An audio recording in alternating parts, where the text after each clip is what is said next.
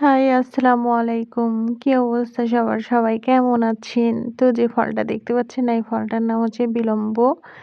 তো এটা হচ্ছে আমাদের পাশের বাসা থেকে চুরি করে নিয়ে এসেছি। আমি একা না, আমার সাথে আরো পিচ্চি বাচ্চা কিছু ছিল। তো হচ্ছে ওরা পারতেছিল, আমি ওদেরকে একটু হেল্প করে দিছি, হ্যাঁ? তো হচ্ছে পাড়ার ভিডিও আমি করতে পারিনি। কারণ হচ্ছে ওনাদের বাসায় সিসি ক্যামেরা আছে। বলবে যে চুরিও করে আবার ভিডিওসও করে। তো হচ্ছে এই ফলটা বাসায় নিয়ে আসার পরে আমি আসলে বকা খাইছি।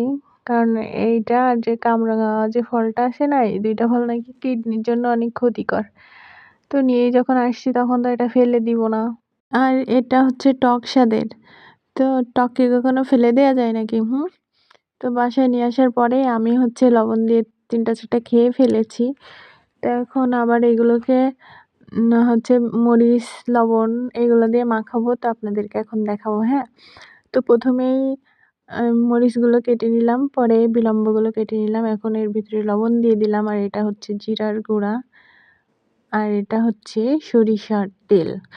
তো হচ্ছে এই জিরার গুঁড়ো দিয়ে মাখালে না আমার কাছে অনেক ভাল লাগে। কারণ এর হচ্ছে আলাদা একটা ফ্লেভার পাওয়া যায়, হ্যাঁ?